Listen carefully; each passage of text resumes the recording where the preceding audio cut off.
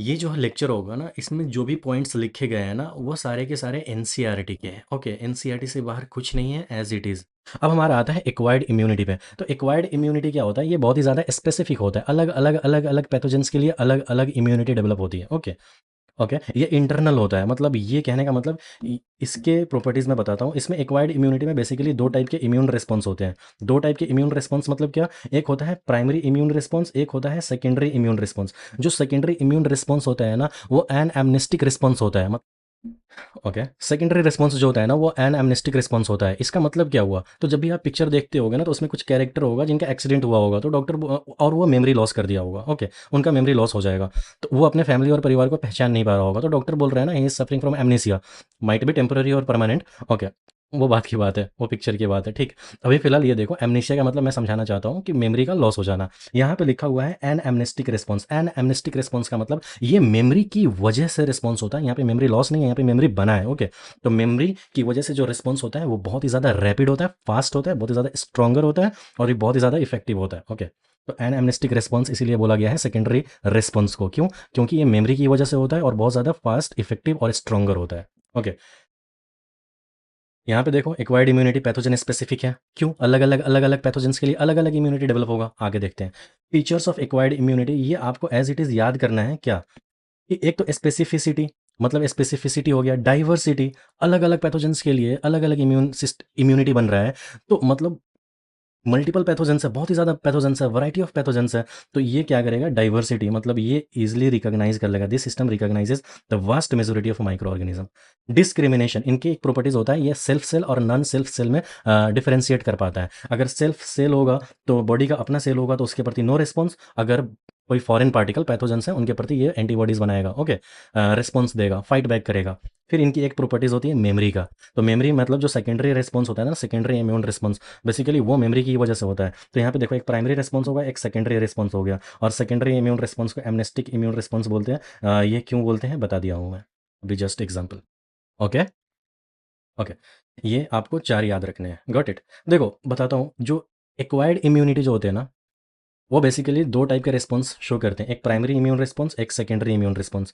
मैंने secondary immune response को just अभी अभी बताया, amnestic immune response. Okay, characterize by the memory. अब क्या होता है बताता हूँ।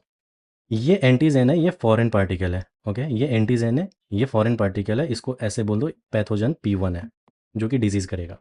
तो ये P1 पैथोजन्स हमारे बॉडी में जो पहली बार आता है ना, तो हमारा बी सेल एक्टिवेट हो जाता है, और वी सेल कन्वर्ट हो जाता है। वी सेल बनाता है मेमोरी सेल और प्लाज्मा सेल्स। ओके, और ये प्लाज्मा सेल्स एंटीबॉडी रिलीज करता है। प्लाज्मा सेल्स एंटीबॉडीज रिलीज करता है, जिसमें आईजीएम ज़्यादा होता है, आईजीजी कम होता है। तो फर्स्ट एंटीबॉडीज जो प्रोड्यूस होता है वो आईजीएम होता है। क्यों? आईजीएम आसानी से प्रोड्यूस हो सकता है, बट आईजीजी बनने के लिए सबसे पहली ज़रूरी है कि आईजीजी बनने के लिए पैथोजेंस को अच्छे से पहचानना। ठीक, इसीलिए आईजीजी पहले नहीं बनता, पहले आईजीएम बनता है। आईजीएम इजिली बन सकता है, बट आईजीजी तब बनेगा जब हमारा इम्यून सिस्टम उस पैथोजेंस को बहुत बढ़िया से पहचान लेगा, उनके प्रति प्लानिंग करेगा। हाँ, इम्यून सिस्टम को पैथोजेंस को पहचानना पड़ेगा, प्लानिंग करना पड़ेगा, बी सेल को अपग्रेड करना पड़ेगा। हाँ, तब जाकर ये आईजीजी बनता है। तो इसीलिए आईजीजी बनता है, बट कम बनता है, लेट बनता है। Got it. सबसे पहले आईजीएम बन जाता है, आईजीएम आसानी से बन जाता है। तो कहने का मतलब इसको याद कैसे रखोगे? ओके, इसको याद कैसे रखोगे? तो जो सबसे पहले एंटीबॉडीज़ बनता है ना, वो एंटीबॉडीज़ एम बनता है, और वो ग्रेटर होता है प्राइमरी रेस्पॉन्स में। तो देखो, IgM mainly, less IgG, IgM greater than IgG. Very important, याद रखना। Characteristic slow response, low intensity, take more time. Very good. Okay, याद रखो। इसका ट्रिक बताता हूँ। Pathogen meet first. ओके, और ये आईजीजी होगा ना, आईजीजी गेट स्ट्रोंगर लेटर। जो सेकेंडरी इम्यून रिस्पॉन्स होगा ना, उसमें आईजीजी बनेगा। देखो पहली बात में देखो, बी लिम्फोसाइट डिफरेंशिएट हो गया मेमोरी सेल और प्लाज्मा सेल में, और प्लाज्मा सेल हमारा बनाया Ig M and IgG. Okay, IgG जो बना वो लेस बना, आईजीएम ज़्यादा बना। ओके, और ये बहुत ही ज़्यादा इफेक्टिव रिस्पॉन्स नहीं होता, स्लो होता है, लो इंटेंसिटी होता है, ज़्यादा टाइम लेता है। अब देखो ये पैथोजन P1 अगेन दोबारा आया, तो दोबारा आया ना, तो जो यहाँ पे मेमोरी सेल बना हुआ था ना, इनको याद हो गया अरे ये तो P1 पैथोजेंस आया, तो ये डायरेक्ट मेमोरी सेल क्या करेगा, अटैक कर देगा। तो मेमोरी सेल इमीडिएटली क्या होता है, सेम एंटीजन आया, मेमोरी सेल इमीडिएटली रिकॉग्नाइज किया, रैपिड एक्टिवेशन हुआ, large amount of antibodies produce हुआ। ओके, तो क्या हुआ, मेनली आईजीजी बनता है, क्योंकि बॉडी तब तक तो उस पैथोजेंस को अच्छे से पहचान लिया ना, बी सेल भी अपग्रेड हो चुका है। ओके, बॉडी तब तक उनको बॉडी में बॉडी उस पैथोजेंस को अच्छे से पहचान चुका है, क्योंकि वो दोबारा आया हुआ है, बी सेल भी अपग्रेड हो चुका है, तो यहाँ पे फर्स्टली बहुत तेजी से आईजीजी बन सकता है। ओके, फिर आईजीजी बहुत ज़्यादा बनता है आईजीएम से, और क्या होता है, वेरी फास्ट रिस्पॉन्स होता है, हाईली इंटेंसिफाइड रिस्पॉन्स होता है, stronger and effective protection. Okay, बहुत ही ज़्यादा, इसीलिए इसको बोलते हैं मेमोरी की वजह से होता है, तो एमनेस्टिक रिस्पॉन्स बोलते हैं। मैं अच्छे से समझा देता हूँ। देखो, प्राइमरी रिस्पॉन्स में याद रखना फर्स्ट इनकाउंटर ऑफ एंटीजन, और यहाँ पे देखो सेकेंडरी इम्यून रिस्पॉन्स में second encounter of the same antigen. Okay, low intensity से होता है, ये हाई इंटेंसिटी से होता है। इन्वॉल्व्ड बी लिम्फोसाइट, इसमें मेमोरी सेल इन्वॉल्व्ड होता है, इसीलिए बोलते हैं एन एमनेस्टिक रिस्पॉन्स। एमनेसिया मतलब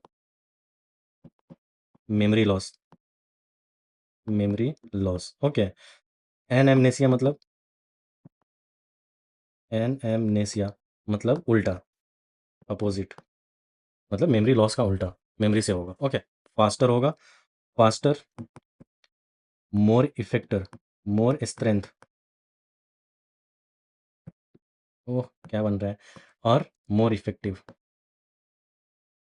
गॉट इट। तो primary immune response, secondary immune response हो गया ना। अभी देखो जैसे सेम एंटीजन आया, तो मेमोरी बी सेल जो होता है ना, जो फॉर्म्ड था ड्यूरिंग प्राइमरी रिस्पॉन्स, वो क्विकली रिकॉग्नाइज किया, there is almost no lag period, यहाँ पे बिल्कुल फास्ट होता है, कोई भी टाइम पीरियड नहीं होता पहचानने उचानने में, ये ऑलरेडी पहचान रखा है, ये तो पहले ही वाला है जो अभी आया फिर दोबारा, अब मारते हैं तुम्हें बहुत फास्ट।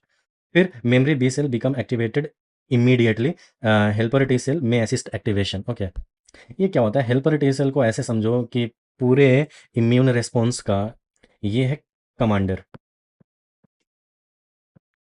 इसका रोल होता है, मैं बताऊंगा अभी, अभी फिलहाल इनको कमांडर समझो, यही एक्ट बोलेगा, यही ऑर्डर देगा, तब जाके एंटीबॉडीज प्रोड्यूस होगा, या तब जाके किसी पे अटैक होगा। Okay, got it. तो फिर यहाँ क्या, रैपिड क्लोनल एक्सपेंशन होता है, memory B cell multiply rapidly, large number of identical B cell are produced, फिर प्लाज्मा सेल बनते हैं, वही activated memory B cell differentiate into the plasma cell and new memory B cells, और plasma cell produce antibodies rapidly, large number are formed, और new memory B cells again जो formed होगा ना, फिर ये अगला रिस्पॉन्स के लिए और ज़्यादा स्ट्रॉन्ग हो चुका होगा। द इंक्रीज्ड मेमोरी पूल मतलब अब उनके बारे में और बहुत अच्छे से जानकारी हो रखा है, याददाश्त। अगर मान लो एक चीज़ बताता हूँ, किसी चीज़ को आप एक बार देखें, तो एक बार देखें तो आपको याद है, फिर दोबारा देखोगे ना तो वो आपको और बहुत अच्छे से याद होगा, फिर 3 बार देखोगे ना तो वो और अच्छे से याद होगा। मतलब कहने का मतलब ये हुआ कि यहाँ पे मेमोरी पूल बन जाता है, even provide better protection for future exposure. अगली बार भी अगर ये तीसरा बार आएगा ना तो ये और बेटर मारेगा। ओके, तो मतलब plasma cell secrete a huge amount of antibodies, mainly IgG, क्योंकि वो ऑलरेडी पहचान रखा है। हाँ, is the predominant antibodies, very little IgM are produced compare to the primary response. फिर उसके बाद antibodies quickly neutralise the pathogens, agglutinate microbes, activate complement systems, promote phagocytosis, the pathogen is destroyed before causing disease। और फिर उनके बाद memory B cell, more memory B cells are generated, long term immunity become even stronger. तो ये था पूरा mechanism. Okay, फिर मैं बताता हूँ यहाँ पे मैं कमांडर क्यों बोला। ये कमांडर टी हेल्पर सेल जो है ना, ये बी सेल को बोल रहा है कि एंटीबॉडीज बना, फॉरेन पार्टिकल आया। ओके, लास्ट में ये जो टी हेल्पर सेल है ना, मैं बताता हूँ, अभी फिलहाल अच्छे से रुको। ये B lymphocyte and T lymphocyte, ये क्या है, टाइप्स है डब्ल्यूबीसी का, ध्यान रखना। मतलब ये होगा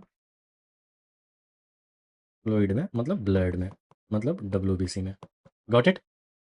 okay, the primary response and secondary immune response, the primary immune response and secondary immune response are carried out with the help of two special type of lymphocyte present in the blood, in our blood, present in our blood. कौन, B lymphocyte, T lymphocyte. Primary immune response, secondary immune response, समझे ना।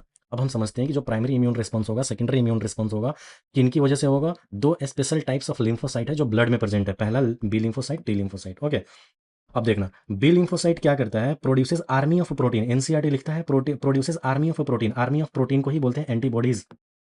Okay, in response to the pathogens, antibodies मतलब ऐसे समझो, B lymphocyte gun बनाया, उस gun का नाम है आर्मी ऑफ प्रोटीन एंटीबॉडीज। किनके खिलाफ, पैथोजेंस के खिलाफ, into our blood to fight with them, these protein are called antibodies. Okay, T and the T helper cell themselves do not secrete antibodies but help B cell to produce them।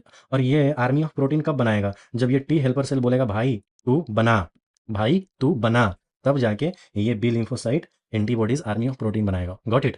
तो याद रखना, तो T helper cell का role होता है बहुत AMI CMI, मैं बताता हूँ इनको, अभी फिलहाल इतना याद रखो। ये टी हेल्पर सेल बोलेगा किसको, बी लिम्फोसाइट को, ये टी लिम्फोसाइट बोलेगा बी लिम्फोसाइट को भाई तू प्रोटीन बना, आर्मी बना, एंटीबॉडीज बना, पैथोजेंस आ चुका है, इन्फेक्शन स्टार्ट है। ओके,